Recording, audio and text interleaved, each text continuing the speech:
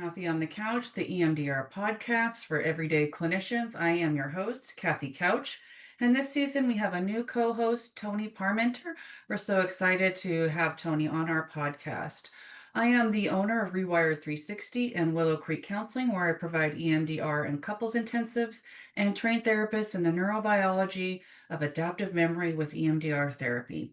My mission is to support clinicians with critical conversations and resources about EMDR, therapy, and business practices. In each episode, we will feature insightful conversations with experts in the field of EMDR therapy, from therapists to others who've personally undergone EMDR therapy or those who are just on their journey to building a thriving private practice. Welcome. If you enjoy the podcast, please give it a like in the App Store so we can continue promoting meaningful content for your EMDR experiences. We will move on and introduce our guest for today's episode. Welcome to Season 4 of Kathy on the Couch, your EMDR podcast. I'm here with my co-host, Tony Parmenter. This is so exciting. We're launching a new experience for everyone. This is our EMDR podcast where we have conversations with real clinicians in real practice and things that we talk about behind the scenes but don't ever really get highlighted. Today, we are in our EMDRIA Post Conference meeting, and we are talking with Rebecca Mahan, and we are so excited. I had the chance to meet Tony and Becca at the conference, and so we're just going to follow up in our conversation about what we learned and see where the conversation goes. So Tony, I'll allow you to introduce yourself, and then Becca, we'll get started. Cool. Yeah. So I'm Tony.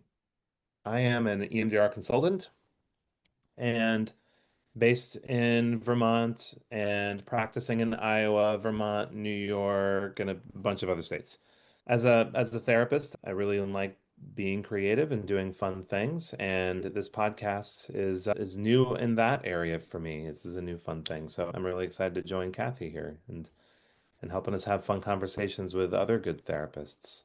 Do you want to introduce Becca and how you know her, and since you have a little bit more background there? Sure. So one of the things that I do is I train people in doing therapeutic fly fishing with EMDR, something I developed, and Becca came and trained with a cohort back in 2024. Came and trained with me and about, I think, 7 other people. I think we had 8 folks or 10. Was it 8? We had 8. Yeah. And then we've just been connected since then. She's a really good part of our group. She does a lot of awesome stuff in her own therapy practice, inside, outside, really innovative EMDR therapist. So she and I have stayed connected over the years. We went fishing together this summer in Wisconsin when I was there and hung out a lot at the conference. So I'm really glad that she's here to share her experiences and to have other people get to know her. All right, Becca, do you want to introduce yourself for our audience, and then just let people know where they can find you, all of your resources, and then we'll get started. Yeah, thanks guys. It's good to be back. So I'm Rebecca Mahan-Strupp. I practice in Wisconsin.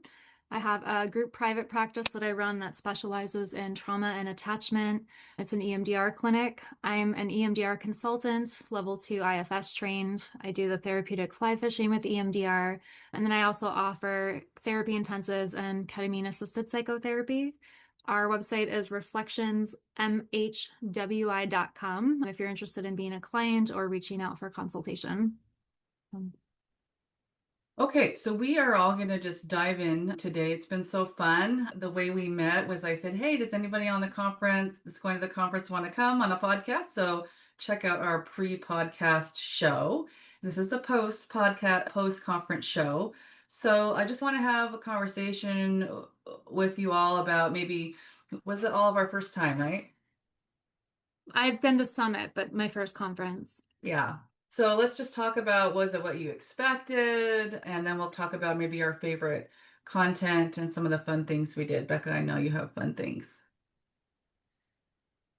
So yeah, I had a great time. I think it was some of the highest quality speakers across the board that I've ever been to. I loved how consistent Friday, Saturday, Sunday panels were. I loved the focus on AIP. I loved the focus on how many sessions used metaphors. So I think the speakers were great. The topics were a lot of fun. And I think the information was really easy to take back and just start teaching employees and put into practice. So I really enjoyed it, and I love the socialization aspects. Dinners and the meetups and things like that were really fun. So tell us what you did. You did something super fun I'm really jealous of, and I want to do it with my kids. So EMDRIA is going to go back there at that place next year. So it's nice to have a layout of the land. Tell us what you did on your off time. I know you did some super fun things. Yeah, it was great. I went out about a day early, so I was able to go down to the harbor and I went on a whale watching tour. No whales, but we went out and there were literally hundreds of dolphins. So they were running in the waves on the boat and they were out on the horizon and they were like babies. The water was crystal clear. So it was a really beautiful day out on the water. So I'm glad that I got to do it. And then I am the only person I think at the conference that thought Disney was really far away. So when we were pulling up to the hotel, my cab driver was like, "Are you going to Disney?" And I'm like, "No, it's too far." And he looks out the window and he looks back at me and I'm like, "Oh." So I scrambled and planned a night at Disney, got my House of Mouse on and went on all the rides and stuff. And it was a lot of fun. Met up with some of the Wisconsin people at the park. So it was a lot of fun to check out the Star Wars area and just get my mouse ears. When I look back at all the pictures, I see Tony with all of these people. Like I thought we were just like it. I look back and he's like everywhere. It's like Tony's everywhere. I was like, oh my gosh, that was so fun. I'm such an introvert most of the time, but when I get in these social sessions, my ADD just kicks it into high gear, and I'm like just bing bong off of it. And that was really what I was going there for. Renee, who was on the pre-conference thing, just randomly texted me. She and I trained together a long time ago. We did our basic training together, and we've been friends since. And she just randomly texted me and said, "I'm going to go to the EMDRIA conference. I think I'll present." And she said not to, but she's like, "Are you going?" And I thought, "Oh, why don't I haven't been to a big conference in so long. Why don't I just go?" And I'm sad to say this, I wasn't as interested in the educational part going in. I feel like I learn so much all the time. So I was like, that's going to happen. I just want to be around people that sound like me and say the same things as me and think the same things as me. Won't that be exciting? And I got to meet Becca, who I hardly see in person. I got to see lots of people that I've only met online in the last number of years.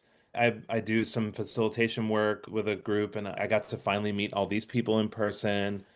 Lots of brand new people. Just some people just walked right up to me and said, "Hey, you do this thing. Let's talk." And those were like some of the best conversations. Just I remember one time we were doing like a nature-based therapy meetup and it happened people got confused and we went to these different spots. And so we tried to get it happening again. And so like on the very last day, I set it up at one time and we're going to meet. But then there's like all these other people that I also somehow agreed to meet. So I'm like running 5 minutes here, 5 minutes there, 5 minutes there. And that was just a lot of fun. I had so much fun.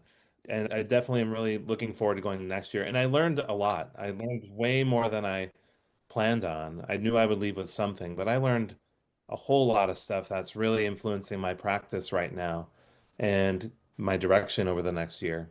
What was So, the thing that we most learned? I got to see Rebecca Case. I kind of fangirled. I gave her a shirt, did a little selfie, but it's just the lived experience is so fun. I think during COVID, like I missed that and I really liked that. I think that EMDRIA took the coffee out of the conference space way too soon.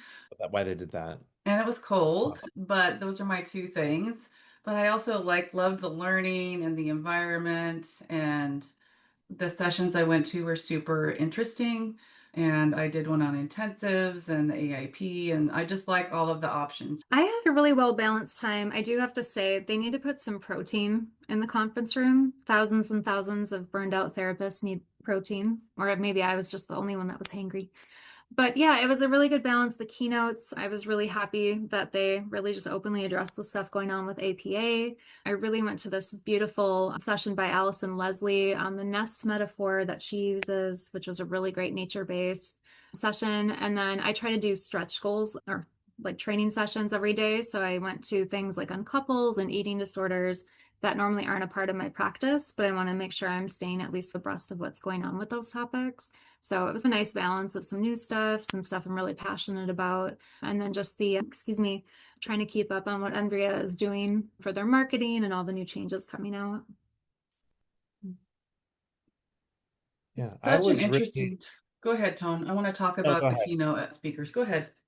I'll talk about I just was going to go off of what Becca said, is that I was really inspired by the keynotes. I really liked, I forget his name, but the guy that was talking about kind of some of the barriers to EMDR being fully accepted and where they're trying to go with APA and all this stuff. That was really interesting. But I've not really bought into EMDR 2.0 over the years, and there's because I know a lot of people love it, but like I've always had this thing about they don't really do. Everyone I know who does it skips over phase two. So it was like amazing to hear Susie talk. Like I'm so into it now. Like I didn't have the right. I even took a webinar on it back in the day, and I just didn't understand it fully. And I love what they're doing, and I love where it's bringing EMDR as a community forward and as like how we do the work, like all the extra emphasis on taxing the working memory and how creative we can get with that. That was maybe one of the most inspiring things for me the entire session was like getting to hear her talk and feeling myself stretch and grow because of that. And a lot of what she said really resonated with how I already practice too. So having that connection there. I think I loved that. I'm a research nerd at heart, so I don't know if you guys know, but I went to school actually for macro, so research and social policy. But I'm also like, so I came back to Idaho after I graduated in Michigan, and there was like no job. So I ended up working in child welfare. And so the nerd in me loves the APA, kind of love that funny conversation about why did the APA say, I don't understand how depression could be related to trauma, and the story about his son. And he's, yeah, Dad, hurt people are sad. It's like, okay. And it was just such a funny moment. And the presenters were really fun. I think maybe like the awards could be like separate, maybe a separate session and not in the general sessions just for the content. But I really like to hear Susie. I finally learned how to say her last name. And just for a point of reference, we had people from another podcast next to us. And they were like, oh, we want to get the keynote speakers. We want, and I'm here for the other, just for the audience, the other 17,000 people that are here. And I think really that community engagement, the everyday clinician, it just really highlighted for me like my mission, and the podcast needs to have a mission. And it just was really like, I had to really reflect, like, why doesn't that resonate with me? Why am I not trying to do that? And then it was like, because that's not what we're about. We're about community building. I fantasized about having a, like next year at the booth, having a couch with a coffee pot where people could just drop off and drop in and build community. And I think that was the fun part for me about what we're doing, that we're just really trying to build community and connection and give people a place to hang out. And so if you're going to come next year, stop by. We're going to have a table. But it was really fun for me to have a table there and do a raffle. I've learned some things along the way, and it's just been, that was just really fun for me to be there doing that with everyone. And Tony said talking the language. I want to ask about Becca. Did you have any kind of comments on the keynotes? Were there anything specific maybe that came up for you? Yeah, I'm really proud that EMDRIA I feel like they're finally stepping in the future, right? There was this big shakeup with this whole, like, what does the post-Francine era look like after she passed away? So I'm glad that they're finally aiming some of the marketing initiatives. I think there's so many shady earn an EMDR certificate in 4 hours things on Passy and similar places, and I'm hopeful that they're finally going to step up and protect their brand and their product.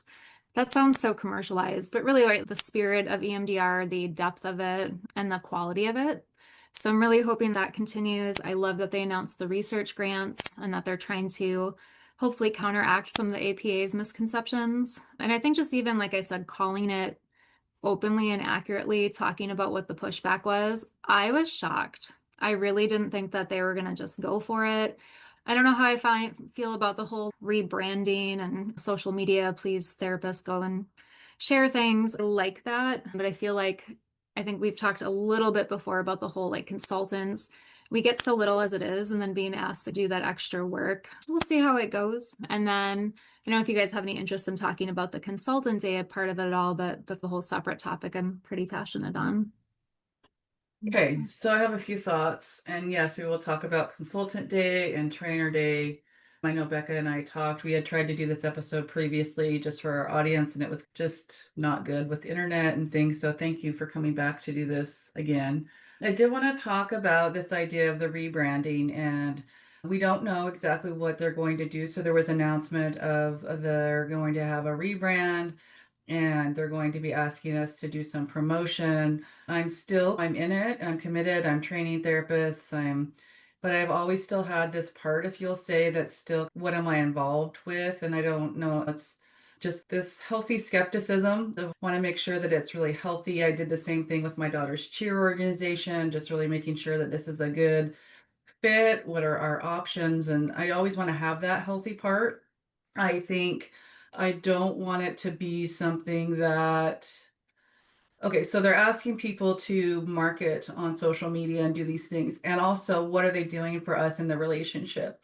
And I think there's a lot of material out there that they're earning money, we're paying high prices, it's very expensive. And I think the missing piece is that they're not offering like the community free things or relationship building to help that loyalty, that brand loyalty, if you'll say. And so I think that's going to be what they're going to run up against, is how are they building loyalty with the brand.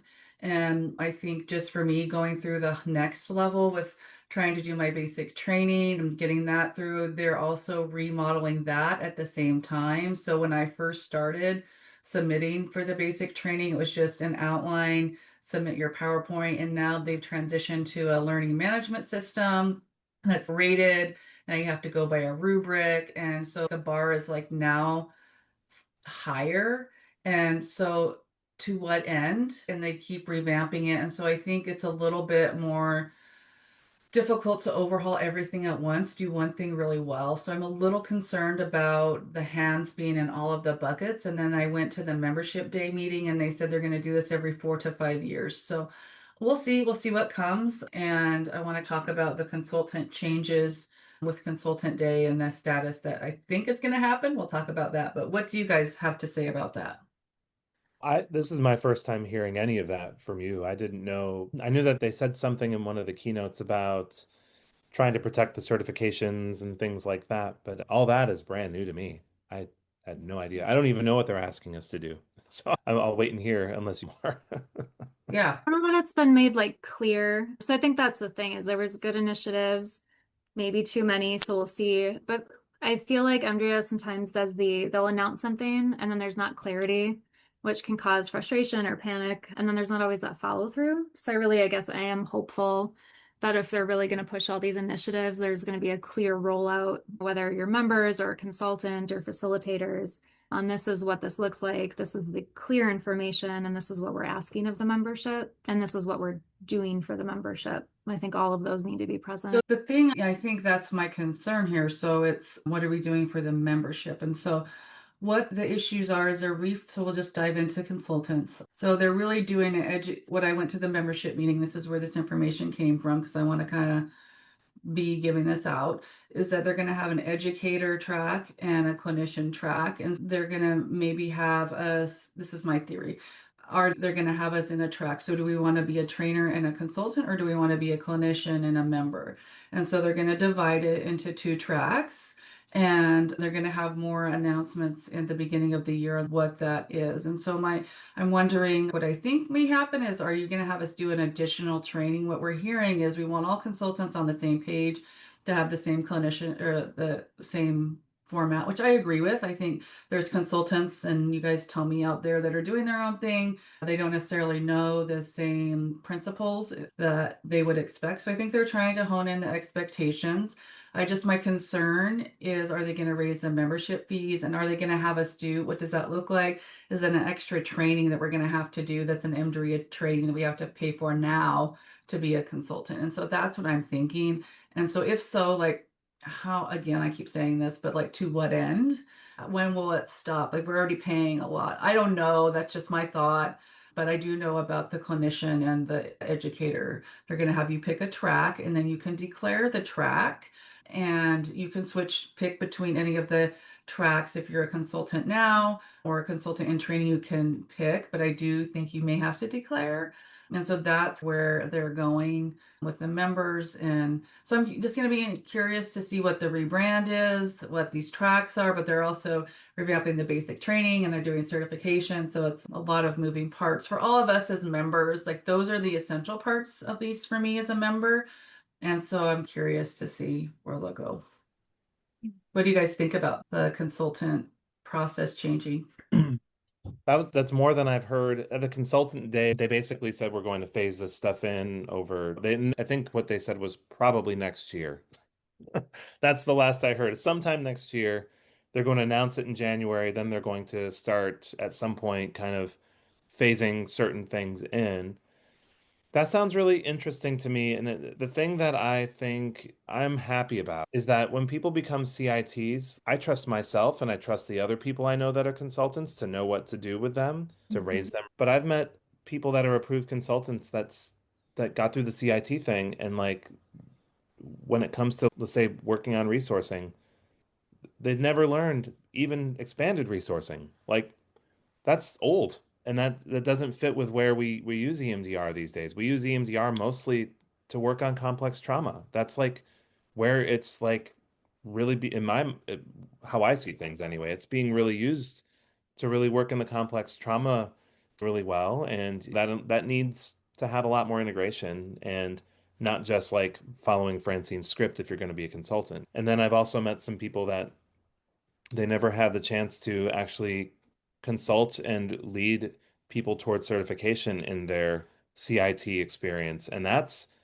how do you know what to do? So I'm hoping that maybe this provides a little bit more of a structure. I know that like the guidelines in there are some expectations already like in the consultant handbook, but maybe it'll make it better for everybody if it's a little organized. I am a little confused about some of the other things. Like, I don't understand why there needs to be two tracks when you already declare yourself as a CIT and have someone agree to supervise you. Like, that's already on the record. So I wonder why the big infrastructure change needs to happen. But it does also concern me if we have to pay a lot more money. Like, maybe it just means that CITs pay a little bit of a fee to get that extra kind of support, and hopefully, like, we're already paying a lot of extra money for this extra They've connection. already increased their fees Yeah. for at least for when we submit our forms for trainings. The fees have already increased. I think it's now 175. It used to be 125. And when you looked at that membership meeting, the bulk of their money is coming from the membership money and the trainings that we're putting on. And again, I find value in all of it. I'm just wondering, like, why, again, another added expense? And we need to make these things accessible and affordable for people. But I agree with all of that. And why wouldn't you say this at the EMDRIA conference? Like, they just kind of like the man behind the, what do you call it?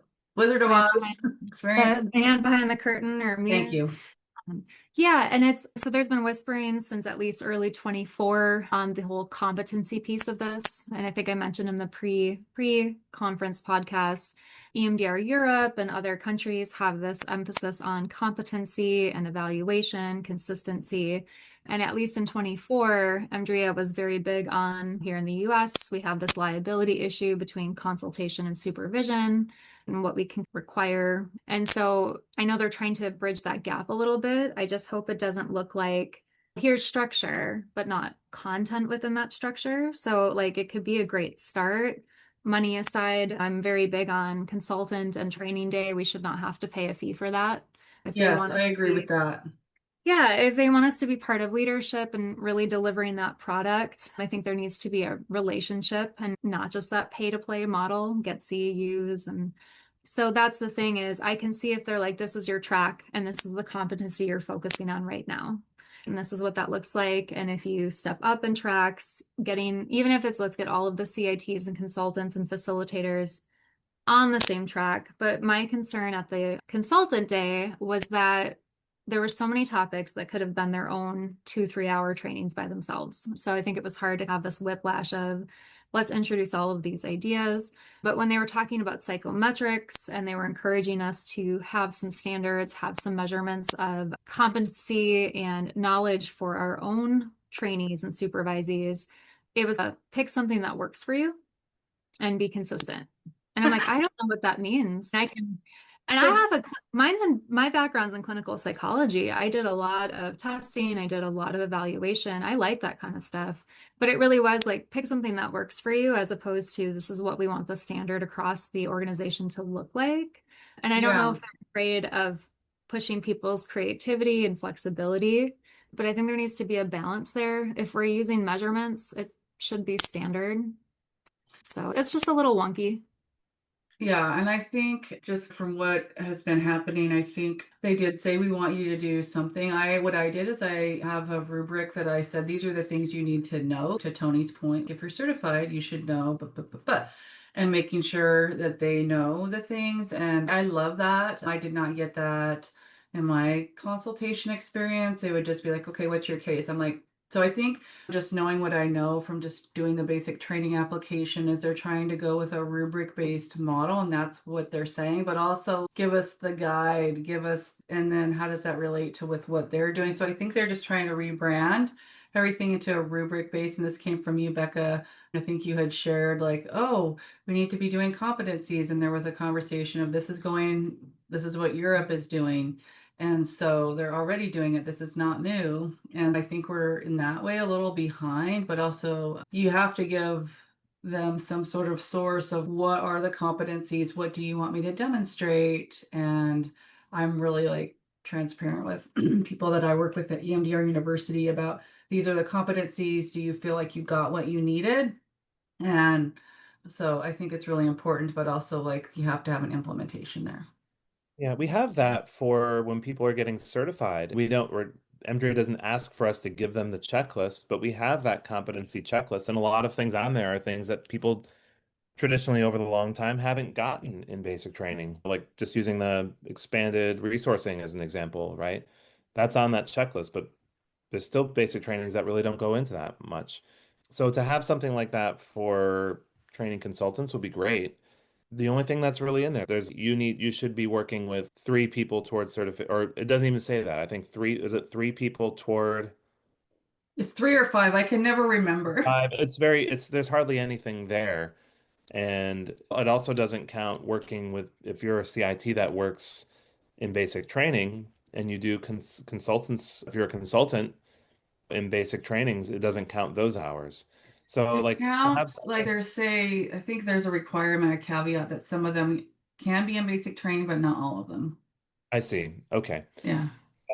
I just remember But when I was a CIT, I don't know, I have 10, 15 people. I was working with all kinds of people, and at least half of them went on to get certification, and that was like really great. I just think people shouldn't have to get to the AC status and then have to ask, how do I do this?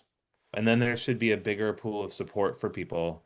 There's probably something on the EMDRIA website. I don't get online and do these things, but there should be, I think, more support for consultants to learn and help each other too.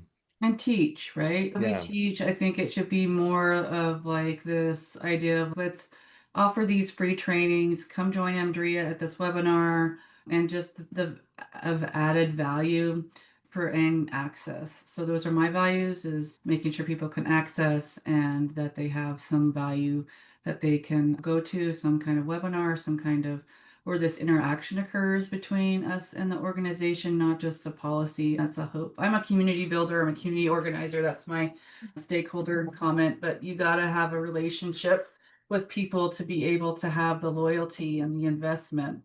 And if they don't have that, then what is stopping them from going to another place? I will say that one thing I really enjoyed in the conference is that I didn't feel like I was engaging with just some big organization out there. I did feel like they Yeah. did, at least for me, I did feel very like a part of that community. I feel like they did a really good job of helping create that. So I'm hoping that these big policy infrastructure changes they're working on don't lead them away from that.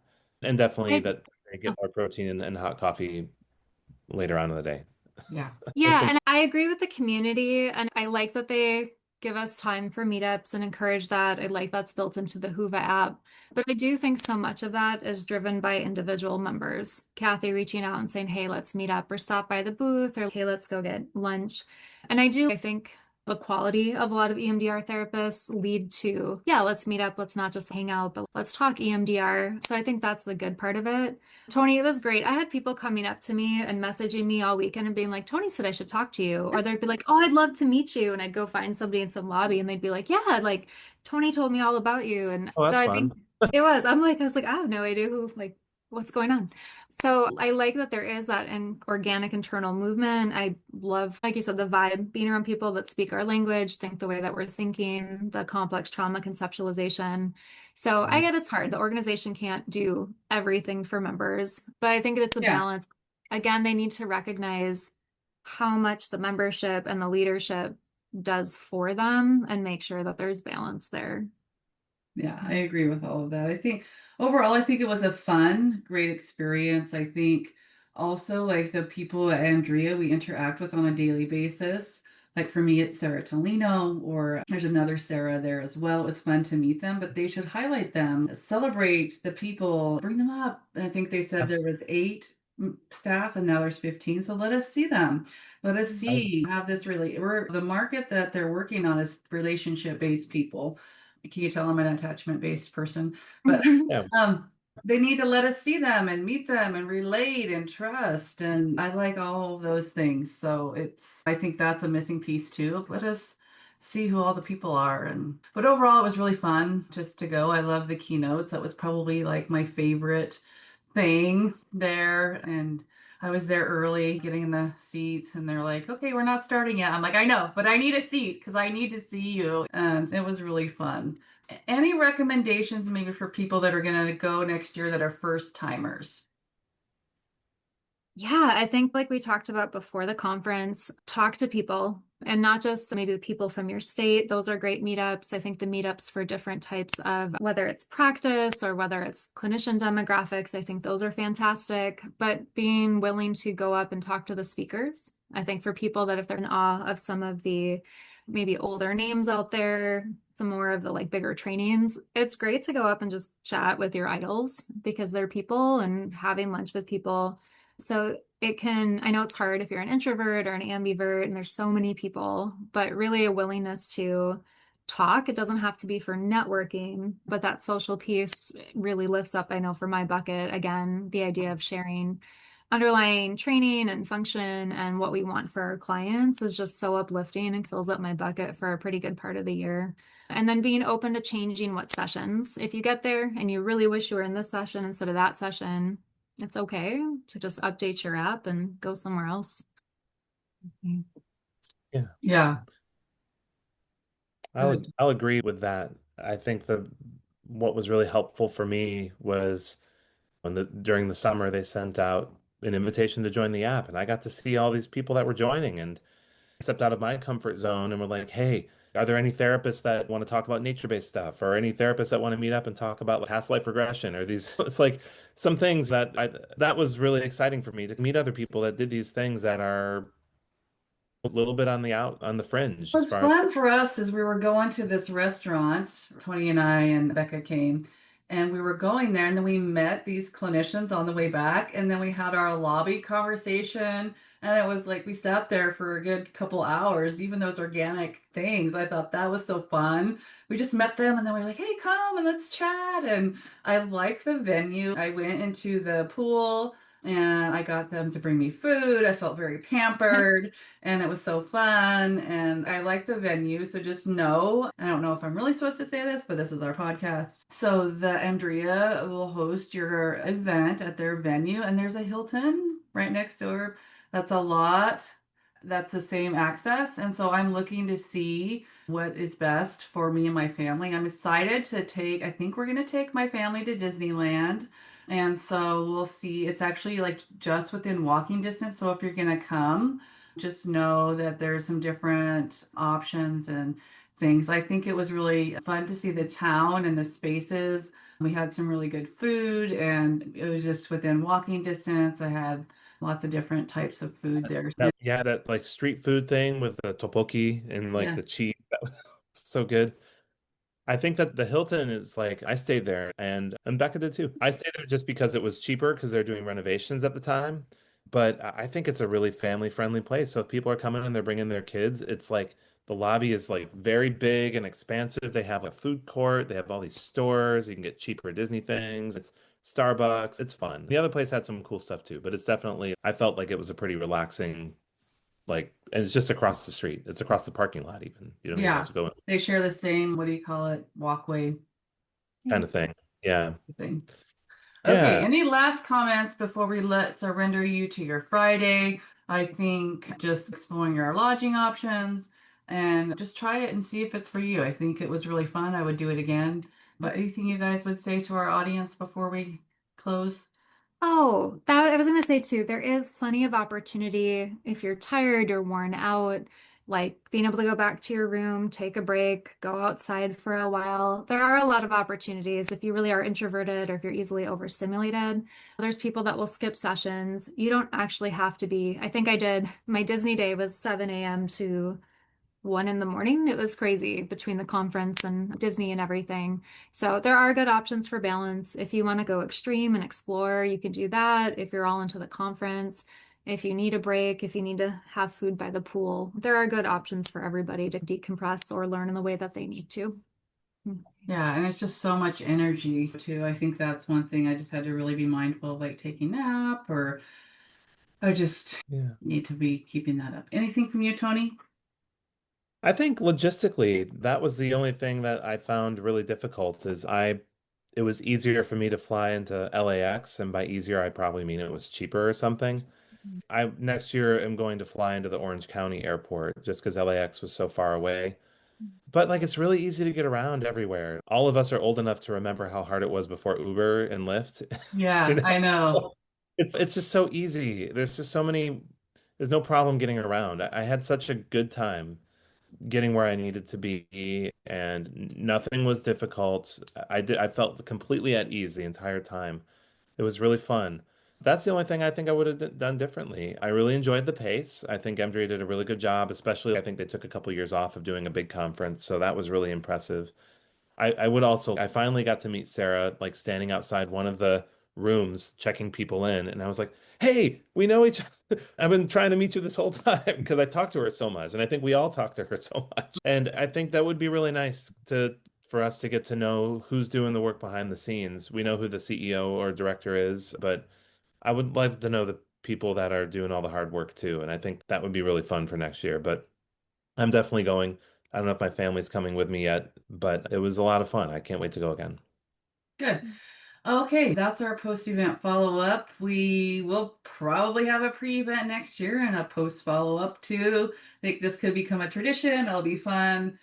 We have an advantage because it's back at the same place and we all know it, so I feel more comfortable, kind of like knowing the lay of the land. And yeah, I think it's going to be fun. So thank you to our listening audience and everybody here. We certainly appreciate you, Becca and Tony and everyone. We're going to be back and Becca's going to join us again on a conversation about business and the strategies that we all go through with business. We're looking for that. I'm going to the intensive therapy conference today. So maybe we could also talk about some intensives and that kind of thing too. So more to come. Yeah. Anything else, Tony, before we close? Say hi to Stephanie Feld and Jennifer Marchand today when you see them there. Okay. Yes, I will. I'm not going to the conference, but it's going to be some good people there. Good people and it's virtual. And so this will be fun for me. Okay. Kathy on the Couch, your EMDR podcast, where we have clinical conversations with everyday therapists.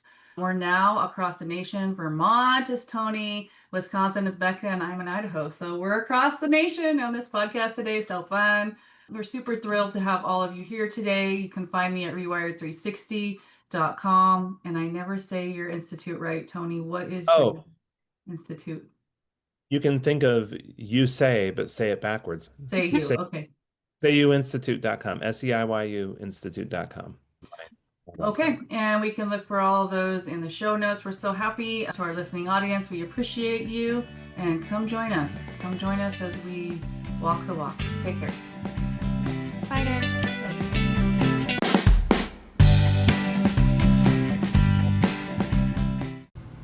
Thank you so much for joining us on another episode of Kathy on the Couch, the EMDR podcast for everyday clinicians.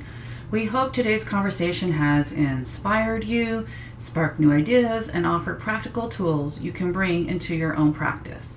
Whether you're just starting out in the mental health field, a seasoned clinician, or someone just curious about the transformative power of EMDR, we're grateful to have you as a part of our great community.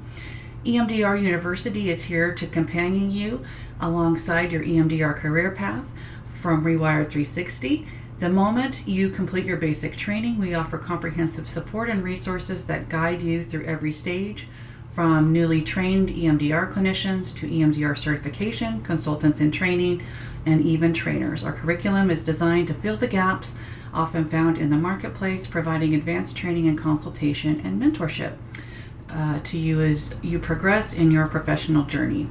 Whether you're seeking foundational skills or advanced expertise, EMDR University is your partner in growth and excellence. So be sure to check out our show notes for a full list of courses, and don't forget to visit our swag store at rewired360.shop. Also check out our show notes if you're interested in learning more about EMDR intensives or want to look at innovative tools like Dharma Doctor Tappers, and you'll find the links in our show notes. A quick disclaimer: the information shared on this podcast reflects the perspectives and experiences of our guests and hosts. It's not intended to substitute for professional consultation, supervision, or individual guidance. If you have questions about how to apply any of the concepts discussed, we encourage you to consult with your clinical supervisor, consultant, or your local supervision board. As always, follow research-based protocols and best practices in your work. We're here to walk alongside you as you deepen your understanding of EMDR. And until next time, keep connecting, learning, and keep rewiring for success. Take care. This is Kathy Couch.